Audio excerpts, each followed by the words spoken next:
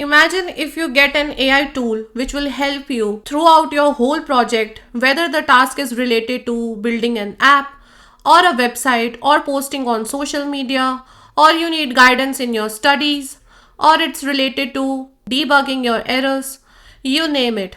You will be on the cloud nine, right?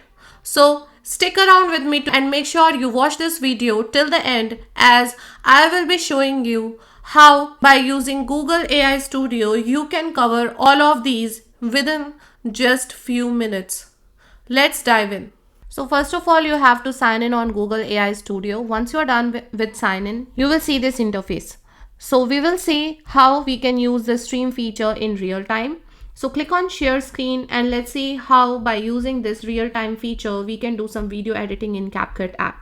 So let's click on share button. Hi, can you see my screen? Yes, I can see your screen. It looks like you're in the Capcut video editor. Yes, perfect. So I have a video in Capcut already imported. So can you please speak slowly and tell me step by step? I need to add some effects on my video, but I haven't add my video on the timeline yet. So tell me how can I do that and how I can add the effects.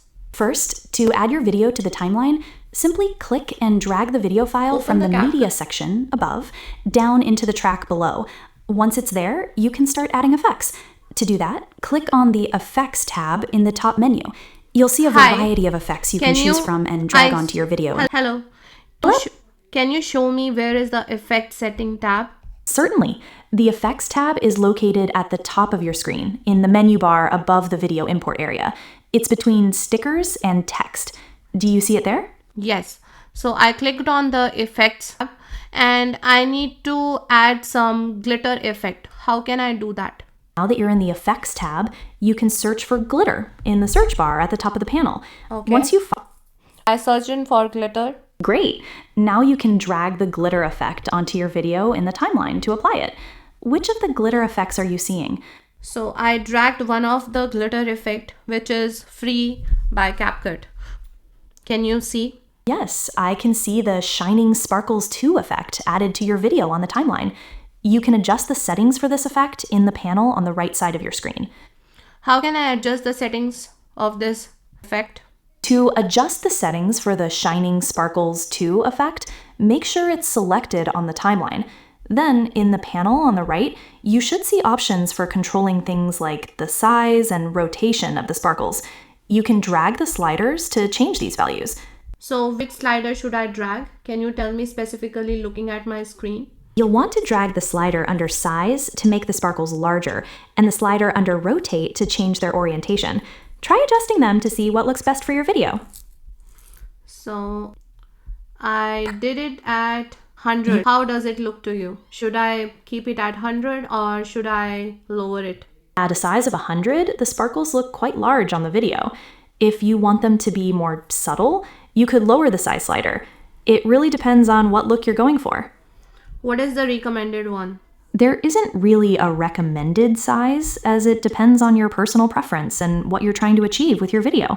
If you want them to be noticeable but not too overwhelming, you could try a size in the 70 to 80 range and see how that looks. Can you look at my screen how much you can see the size? I can see the size slider is set to 60 and the rotate slider is set to 100.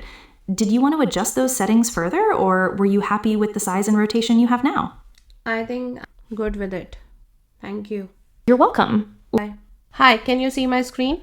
Yes, I can see your screen. So I have tried to write a program in Java language on string name is Vishakha, and I want only the first letter, that is V, should be capital and rest of the letters should be in lowercase. And also tell me the count of total letters. So just look at my screen and tell me when I run this program, it gives me error, which you can see here. So can you help me with what's the error and how can I fix it, and tell me step by step slowly. It looks like you're seeing a compilation error on line 26. The code inside the main method should be within curly braces after the method declaration. You've placed the closing curly brace for the method after line 7 and then continued the code. Moving that closing curly brace to the end of the main method should fix the issue. Would you like me to help you correct the code? Yes, please. Can you tell me where and what should I do? Sure. You need to move the closing curly brace that's after line 7 to the end of your code, right after the line that rents the number of letters. This will make Wait, sure wait, that... wait. Are you talking about this one? The one that I'm mouse over here, the cursor at line number 8? Yes, that's the one. You'll need to delete it from there and paste it at the end main method. The end of the main method is... After line 20. So here I should... Is it fine now? Yes, that's the correct placement for the closing curly brace now. If you run the code again, you should no longer see that compilation error. Let's see if it program runs or no. You will need to click the blue Run button to recompile and run the code with the correction. Do you want me to help you with that? So I run the program. Can you see on my screen I got the 3 errors? What are those? Can you help me to fix it? The errors you're seeing are because the string variable name is declared outside of the main method. To fix this, move the line string name equals Vishaka inside the main method, right after the opening curly brace. Would you like me to help you with that? Yes. Move the line string name equals Vishaka to be inside the main method, after the line that says public static void main string args. Do you see that line? Yes, I see that line, but should I delete throws java.language.exception? You can leave the throws java.lang.exception part in for now, but move the line string name equals Vishaka to the next line inside the main method. Does that make sense? Is it fine? Yes, that looks correct now. The name variable is declared inside the main method, which should fix those compilation errors. You can try running the code again now. And there are more errors, so can you help me fix out? I see the new errors. It looks like you have some extra curly braces. You only need one to close the main method and one to close the CodeChef class. Try deleting the extra braces to see if that resolves the issue. Would you like me to point them out to you? Yes. How should I fix it? Delete the curly brace at line 20. You should only have one closing curly brace at the very end of the code to close the CodeChef class. Does that make sense? Is it fine now? Yes, that looks correct now. The name variable is declared inside the main method, which should fix those compilation errors.